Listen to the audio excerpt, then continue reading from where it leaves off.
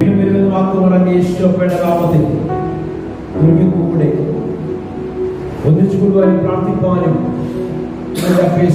ലഭിച്ച ഭാഗ്യത്തെ കുറിച്ച് കർത്താവിനെ സ്തുതിക്കുക. വിവിധ പ്രതികൂലങ്ങളുടെയും പ്രതിസന്ധികളുടെ നടുവിൽ കർത്താവിനെ പാടി സ്തുതിക്കുവാൻ ലഭിക്കുന്ന വലിയ ഭാഗ്യകര അനുഭവം ഞാൻ ചിന്തിക്കുകയാണ്. സ്തോത്രം. ദൈവം ചെയ്തു തന്ന ഉപകാരങ്ങൾക്ക് എത്ര നന്ദി പറഞ്ഞാലും മതി വരികയില്ല. നമ്മുടെ പ്രാണൻ, നമ്മുടെ ആരോഗ്യം, നമ്മുടെ ശക്തി ഒന്നും നമ്മുടെ മിടുക്കല്ല. ദൈവത്തിന്റെ കൃപയാൽ നമ്മളായിരിക്കുന്നത് കൃപയ്ക്ക് അധീനരാണ്. കൃപകൊണ്ടാണ് നമ്മൾ നടക്കുന്നത്. അപ്പയുടെ മഹാധേയ കൊണ്ടാണ് നമ്മൾ ചലിക്കുന്നത്. വ്യത്യസ്തമായ ആശയങ്ങൾ അതിനെ സംബന്ധിച്ച് കാണും. ഞാൻ എന്റെ അനുഭവത്തിൽ നിന്ന് പറഞ്ഞു.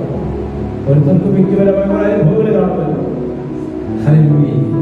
എന്റെ ജീവിതത്തിലെ അനുഭവത്തിന്റെ അടിസ്ഥാനത്തിൽ ഞാൻ നിങ്ങൾ പങ്കുവയ്ക്കുകയാണ്.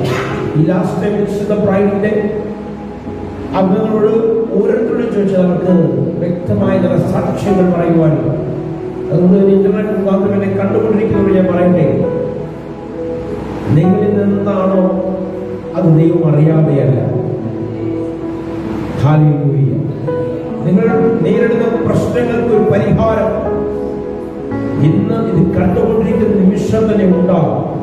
അറക്കാനും മുടിപ്പാൻ നിങ്ങളുടെ ജീവിതത്തിൽ കടന്നു വരുന്ന ശക്തി നിന്നെ വിട്ട് ഓടിപ്പോകാൻ ഈ ശുശ്രൂഷ മുഖാന്തരന്മാരുടെ ഞാൻ പ്രാർത്ഥിക്കുകയാണ്. വിശ്വാസത്താൽ വചനത്തെ ഇടണം. വിശ്വസിച്ചുകൊണ്ട് ദൈവ വചനത്തെ വാക്കുകളുടെ അധരങ്ങളോട് പറഞ്ഞു വിടണം. ഹല്ലേലൂയ. പ്രതികൂലങ്ങളുടെ പ്രശ്നങ്ങളുടെ നിലവിൽ എന്നെ വഴികടന്നൊരു ദൈവമുള്ളതൊരു ബോധ്യമാകുന്നുണ്ടാകും. അപ്പോസ്തലനായ പൗലോസ് എഫെസോസിലെ സഭയ്ക്കുള്ള ലേഖനം എഫെസോസ് 1:6-7 വാക്യങ്ങൾ നമുക്കൊന്ന് വായിക്കാം. അവൻ പ്രിയനായവനിൽ നമുക്ക് സൗജന്യമായി നൽകിയ തന്റെ കൃപാമഹത്വത്തിന്റെ പുകഴ്ചയ്ക്കായി സ്നേഹത്തിൽ നമ്മെ മുൻനിയമിക്കുകയും ചെയ്തു. എത്രാമത്തെ വാക്യം? അവനിൽ നമുക്ക് അവന്റെ രക്തത്താൽ അതിക്രമങ്ങളുടെ മോചനമെന്ന വീണ്ടെടുപ്പുണ്ട്. പറഞ്ഞാട്ട് ഈ കൃപ ലഭിച്ചത് എങ്ങനെ ലഭിച്ചത്? സൗജന്യമായി ലഭിച്ചു. എന്റെ അധ്വാനം കൊണ്ടോ, എന്റെ ഏതെങ്കിലും ഒരു പ്രവൃത്തി കൊണ്ടോ, എന്റെ പുണ്യ ജീവിത ശൈലി കൊണ്ടോ എന്റെ ജീവിതത്തിൽ ഉണ്ടായതാണ് ഈ കൃപ. ഞാൻ അർഹിക്കാത്തത് എന്റെ ജീവിതത്തിൽ നൽകിയതാണ് കൃപ. ഹല്ലേലൂയ. അപ്പോസ്തലൻ പൗലോസ് പറയുന്ന വാക്കുണ്ട്, അപ്പോസ്തലൻ എണ്ണാൻ പോലും ഞാൻ യോഗ്യനല്ല. അപ്പോസ്തലന്മാരുടെ കൂട്ടത്തിൽ ചെറിയവരായ എന്നെയും ദൈവം പരിഗണിച്ചു. എന്നാൽ ശരിക്കും വചനം പഠിക്കുന്നവർക്കറിയാം, ഏറ്റവും ശ്രേഷ്ഠമായ അപ്പോസ്തലനായിരുന്നു അപ്പോസ്തലനായ പൗലോസ്. പഴയ നിയമ വസ്തുതകളെ, യഹൂദന്റെ നിയമങ്ങളെയും ന്യായപ്രമാണങ്ങളെയും ചട്ടങ്ങളെയും കൽപ്പനകളെയും ആധികാരികമായി പറയാൻ കഴിവുള്ളവൻ, കെൽപ്പുള്ളവൻ. എന്നാൽ യേശുവിന്റെ രക്തത്തിന്റെ ശക്തി തിരിച്ചറിഞ്ഞപ്പോൾ തന്റെ അറിവുകളെല്ലാം ചപ്പന്നും ചവറന്നും അവൻ എണ്ണി. ഹല്ലേലൂയ. അപ്പൊ ഈ കൃപ ലഭിച്ചത് സൗജന്യമായിട്ടാണ്. എങ്ങനെ ലഭിച്ചത്? സൗജന്യമായി ലഭിച്ചതാണ്. ഹല്ലേലൂയ. ആ കൃപ ഒരു മോചനം നമുക്ക് തരികയാണ്. നമ്മുടെ അതിക്രമങ്ങൾക്ക്, നമ്മുടെ തെറ്റുകൾക്ക് കാൽവഴി ഒരു യാഗമായി തീർന്നു. അവന്റെ രക്തം കൊണ്ട് നമുക്ക് മോചനമുണ്ട്. അവന്റെ രക്തം നമ്മളെ കഴുകാൻ ശക്തിയുള്ളതാണ്. നമ്മളെ ശുദ്ധരാക്കി തീർക്കുവാൻ അവന്റെ രക്തത്തിന് ശക്തിയുണ്ട്. ആമേൻ പറഞ്ഞാട്ടെ. ഹല്ലേലൂയ. 2 കൊരിന്ത്യർ 5-ാം അധ്യായം അതിന്റെ 7 മുതൽ 9 വരെയുള്ള വാക്യങ്ങളൊന്ന് വായിക്കാം. എല്ലാവരും എടുത്തു. 2 കൊരിന്ത്യർ 5-ന്റെ 7 മുതൽ 9 വരെ. കാഴ്ചയാലല്ല, വിശ്വാസത്താൽ അത്ര ഞങ്ങൾ നടക്കുന്നത്. ഈ കാണുന്നതിലോട്ടൊക്കെ ഫോക്കസ് ചെയ്ത് കഴിഞ്ഞാൽ മുന്നോട്ട് നടക്കാൻ പലപ്പോഴും പറ്റാതെ യാന്ത്രികമായി പലരും പല കാര്യങ്ങളെ ഫേസ് ചെയ്യുന്നു. ജോലിക്ക് പോകുന്നു, വീട്ടിലെ കുടുംബകാര്യങ്ങൾ ഇടപെടുന്നു, ബിസിനസ്സിൽ ഇടപെടുന്നു, പക്ഷേ ഒരു ശുഭപ്രതീക്ഷ അകത്തുണ്ടാകുന്നില്ല. നാളെ നല്ലത് വരുമെന്നുള്ള ചിന്ത ഉണ്ടാകുന്നില്ല. എന്തോ വിനാശകരമായത് പതിഞ്ഞിരിക്കുന്ന ഒരു ബോധ്യം ഉണ്ടാകുന്നു. നിലയ്ക്കാത്ത നാടുകളിൽ ചിലത് തന്നെ പിടികൂടുമെന്ന് തിരിച്ചറിവുണ്ടാകുന്നു. ഇതൊക്കെയാണ് ലോകപ്രകാരം വസ്തുതകളെ വിചിന്തനം ചെയ്യുന്നവന്റെ അകത്തുണ്ടാകുന്ന അറിവ്. അപ്പം ഈ പ്രപഞ്ചത്തിൽ കാണുന്ന രോഗങ്ങളോ ബന്ധനങ്ങളോ പൈശാചിക വാഴ്ചകളോ അധികാരത്തിന്റെ ആധിപത്യത്തിൽ ഇരുന്ന് അല്ലെ അധികാരത്തിന്റെ ബലം ഉപയോഗിച്ച് ഇല്ലാതാക്കാൻ ശ്രമിക്കുന്ന പലതിനെയും അതൊക്കെ കണ്ട് പ്രതീക്ഷ അസ്തമിക്കുന്ന വ്യക്തികളല്ല നമ്മൾ. കാരണം നമ്മൾ ചലിക്കുന്നത് ഈ കാണുന്ന മണ്ഡലത്തിലെ ശക്തിയെ അടിസ്ഥാനമാക്കിയല്ല. പറഞ്ഞാണ് കാണുന്ന മണ്ഡലത്തിലെ ശക്തിയെ അടിസ്ഥാനമാക്കിയല്ല നമ്മൾ ചലിക്കുന്നത്. ഈ കാണുന്ന മണ്ഡലത്തെ പോലും എങ്ങനെ കൊണ്ടുപോകണമെന്ന അധികാരമുള്ള ഒരുവനുണ്ട്. അദൃശ്യ മണ്ഡലത്തിൽ വ്യാപരിക്കുന്ന ശക്തികൾ എന്തെല്ലാമെന്ന് ദൈവത്തിന്റെ ആത്മാവിൽ ചലിക്കുന്നവർക്ക് അറിയാൻ കഴിയും. യുക്തിയുടെ ബോധത്തിന്, ജ്ഞാനത്തിന്, അറിവുകൾക്ക് മനസ്സിലാക്കാൻ പറ്റാത്തൊരു വസ്തുതയാണ് കണ്ണുകൾക്ക് കാണാൻ പറ്റാത്ത മണ്ഡലം. ശാസ്ത്രീയ നിഗമനങ്ങൾക്ക് വേണ്ടി പല ഉപകരണങ്ങളുണ്ട്. ആ ഉപകരണങ്ങൾക്ക് പോലും കണ്ടെത്താൻ കഴിയാത്ത ഒരു മണ്ഡലം അദൃശ്യ മണ്ഡലം. അദൃശ്യ മണ്ഡലത്തിലെ ഡിസൈനാണ്, അദൃശ്യ മണ്ഡലത്തിലെ പദ്ധതികളാണ് ഇന്ന് ഈ ദൃശ്യമായ മണ്ഡലത്തിൽ വെളിപ്പെട്ടുകൊണ്ടിരിക്കുന്നത്. ഈ വിശുദ്ധ ബൈബിൾ ശരിയാവണ്ണം പഠിക്കുന്നവർക്ക്, അത് മനസ്സിലാക്കുന്നവർക്ക് അറിയാൻ കഴിയുന്നു ഇന്ന് നടന്നുകൊണ്ടിരിക്കുന്ന എല്ലാ വസ്തുതകളും ഈ ബൈബിളിലെ പ്രവചനങ്ങളുടെ നിവർത്തീകരണമാണ്. മനസ്സിലാക്കുക. അപ്പൊ കാണുന്നതിനെ അല്ല ഞങ്ങൾ നോക്കി പാർക്കുന്നത്, കാണാത്തതിനെ അത്രയും. വായിച്ചാണ് ഇങ്ങനെ ധൈര്യപ്പെട്ട് കേട്ടോ. ഞങ്ങൾ ഈ ശരീരത്തിൽ വലിയ ഫോക്കസ് ചെയ്യുന്നില്ല. കാരണം കാണാത്തൊരു മണ്ഡലത്തിൽ ഞങ്ങൾ ഫോക്കസ് ചെയ്തിരിക്കുക. അതുകൊണ്ട് തന്നെ ഇന്നീ കാണുന്ന പ്രപഞ്ചത്തിലെ വസ്തുതകളോടല്ല ഫോക്കസ് ചെയ്യുന്നത്. ഞങ്ങൾ അപ്പയോട് ചെയ്യുവാൻ ആഗ്രഹിക്കുക. വായിച്ചാണ് ശരീരത്തിൽ വസിച്ചാലും വിട്ടാലും ഞങ്ങൾ അവനെ പ്രസാദിപ്പിക്കുവാൻ. കാരണം ഈ മരണവും ജീവനും ഞങ്ങൾക്ക് വലിയ പ്രശ്നമുള്ള കാര്യമല്ല.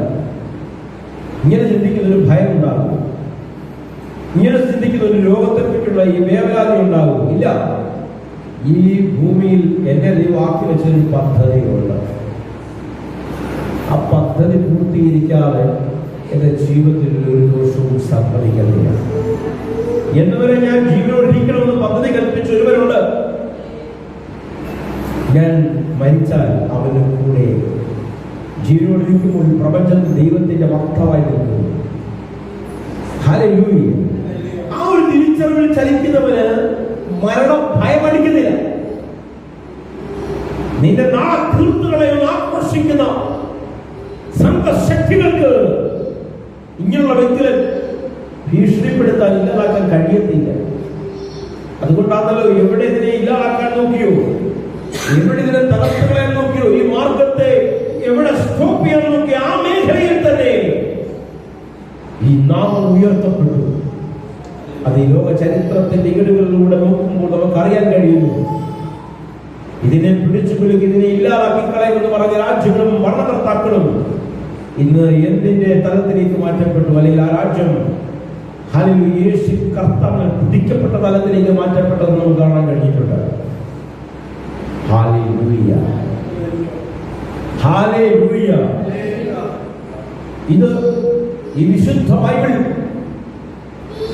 കത്തിച്ച് ചാമ്പലാക്കി കളയുന്ന ഉണ്ടാകത്തില്ല. ഈ പ്രപഞ്ചത്തിൽ തന്നെ തുളച്ചു കളയുന്ന വാദിച്ചവരുടെ അവരുടെ ഭവനങ്ങൾ പിന്നീട് ഈ വിശുദ്ധ ബൈബിൾ പ്രിന്റ് ചെയ്യുന്ന ആസ്ഥാന കേന്ദ്രങ്ങളായി മാറ്റപ്പെട്ടത് ലോക ചരിത്രത്തിലോട്ട് നോക്കിയാൽ കാണാൻ കഴിയും. യുക്തിവാദിയെ, ബുദ്ധിമാനെ, നിന്റെ ജ്ഞാനവും നിന്റെ താർക്കിക ശക്തിയും ഇല്ലാതാക്കി കളയുന്ന ആദർശ മണ്ഡലത്തെ പറ്റി അത്രേ ഞാൻ ഈ പ്രസംഗിക്കുന്നത്. സ്തോത്രം. ഹല്ലേലൂയ. വായിച്ചാട്ടെ. 10-ാം വാക്യം മുതൽ എടുത്ത് വായിച്ചാട്ടെ. 10-ാം വാക്യം, 15-ന്റെ 10-ാം വാക്യം. 9, 15-ന്റെ 10. 15-ന്റെ 10. ഓക്കെ, 1 കൊരിന്ത്യർ 15-ന്റെ 9-10 വാക്യമായി. 9-10 വാക്യം. ഞാൻ അപ്പോസ്തലന്മാരിൽ ഏറ്റവും ചെറിയവനല്ലോ. കേട്ടോ, ഞാൻ ദൈവസഭയെ ഉപദ്രവിച്ചവനാണ്. അപ്പോസ്തലൻ എന്ന പേരിന് പോലും ഞാൻ യോഗ്യനല്ല. ആര് പറയുന്നത്? കൊരിന്ത്യ സഭയ്ക്ക് ലേഖനങ്ങൾ കത്തെഴുതുമ്പോൾ അപ്പോസ്തലൻ പൗലോസ് പറയുന്ന വാക്കാണ്. സഭയെ ദ്രോഹിച്ചവരെന്ന നിലയിൽ തന്നെ ഞാൻ ഈ പദവിക്കൊന്നും യോഗ്യനല്ല. ഏത് പദവിക്ക്? അപ്പോസ്തലൻ എന്ന വിളിപ്പേരിന് പോലും ഞാൻ യോഗ്യനല്ല. ഹല്ലേലൂയ. വായിച്ചാൽ എങ്കിലും ഒന്നും വായിച്ചു. എങ്കിലും ഞാനാകുന്നത് ദൈവകൃപയാലാകുന്നു. ഇന്ന് ഞാൻ എന്താണോ അത് ദൈവത്തിന്റെ കൃപയാ. മുഴുവനൊന്നുമില്ലേ, യാതൊരു യോഗ്യതകളും ഇല്ലാതെ നമ്മളെ അവൻ ചേർത്ത് പിടിച്ചു. അയോഗ്യമായി നടന്ന, ദൈവനാമത്തിന് വിരോധമായ നിലപാടുകൾ സ്വീകരിച്ച, ദൈവത്തിന് ഇഷ്ടമല്ലാത്ത വഴികളിലൂടെ നടന്ന നമ്മളെ അവൻ തിരഞ്ഞെടുത്തു. കൃപയാണ് നമ്മുടെ ലക്ഷ്യയുടെ അടിസ്ഥാനം. കൃപ നമ്മുടെ ജീവിതത്തിന്റെ ചലനത്തിന്റെ അടിസ്ഥാനം. കൃപ. ബാക്കി കംപ്ലീറ്റ് ആയിരുന്നു. വായിച്ചാൽ എന്നോടുള്ള അവന്റെ കൃപ വ്യർത്ഥമായതുമില്ല.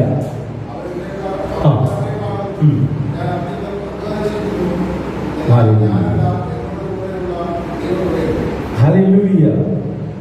എനിക്ക് തന്ന കൃപയൊന്നും വെറുതെ ആയില്ല. അപ്പോസ്തലൻ എന്ന പേരിന് പോലും നിരക്കാത്ത എന്നെ അപ്പോസ്തലനാക്കി മാറ്റി.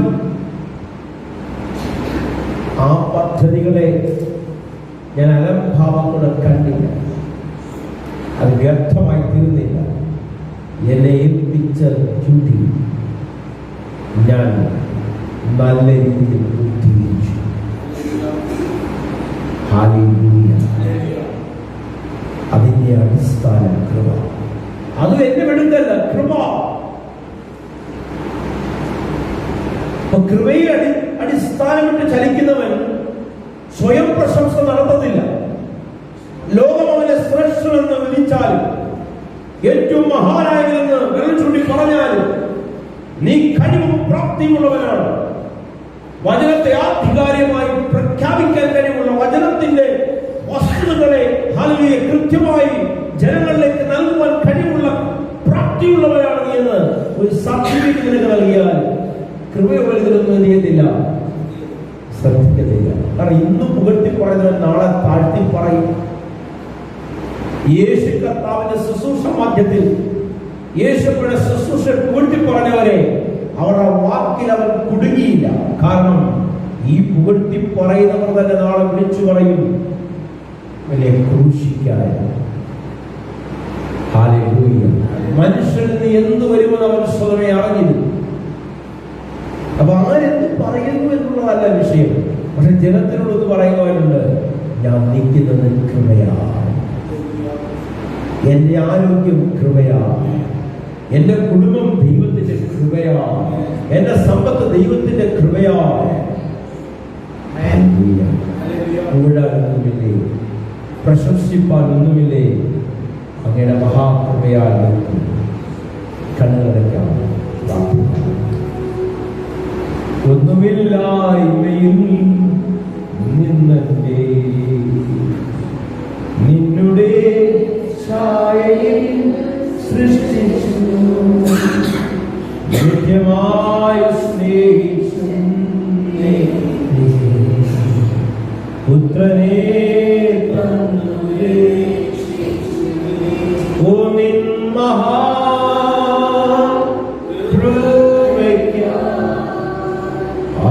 ഞാൻ സ്തുതിച്ചിടുമെന്ന്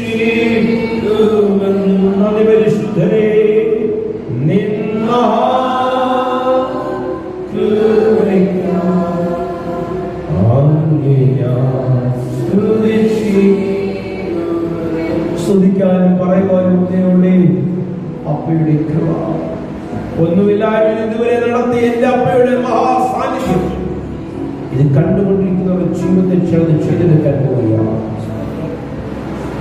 നിന്റെ എല്ലാ പ്രതികൂലങ്ങളും മാറി, നിന്റെ എല്ലാ പ്രതിസന്ധികളും മാറി, ശൂന്യതകൾ മാറി, നിറവിനൊരു അനുഭവം ഉണ്ടാകും. നന്ദി പരിശുദ്ധൻ, നന്ദി കർത്താവ്. മുന്നോട്ട് കുതിക്കുവാൻ പദ്ധതിയിട്ട വ്യക്തിയെ നിന്നെ പിന്നോട്ട് വലിക്കുന്ന ശക്തികൾ നിന്റെ ജീവിതത്തിൽ മാറിപ്പോകുക. രോഗബന്ധനങ്ങൾ അഴിയട്ടെ. കണ്ടുകൊണ്ടിരിക്കുന്ന വ്യക്തികളെ നിനക്ക് പ്രതികൂലമായി നിൽക്കുന്ന രോഗശക്തികളോട് മാറുവാൻ യേശുവിന്റെ നാമത്തിൽ കൽപ്പിക്കുക. അതിനെന്നുള്ളത് പറഞ്ഞാട്ട് എന്റെ കർത്താവിന്റെ നാമത്തിൽ രോഗബന്ധനം അഴിയട്ടെ. എന്റെ കർത്താവിന്റെ നാമത്തിൽ രോഗബന്ധനം അഴിയട്ടെ. എന്റെ യേശുവിന്റെ നാമത്തിൽ രോഗബന്ധനം അഴിയട്ടെ. യേശു ക്രിസ്തു ആരെന്നറിയുവാൻ കൊതിക്കുന്ന വ്യക്തിയെ, എന്റെ ഭാവിയായ വ്യക്തിയാണ്, എനിക്ക് ദൈവത്തെ യേശുവെ അനുഭവിക്കാൻ സാധിക്കും. എന്റെ ചോദ്യങ്ങൾക്ക് ഒരു മറുപടി ഉണ്ടാവുകയാണ്.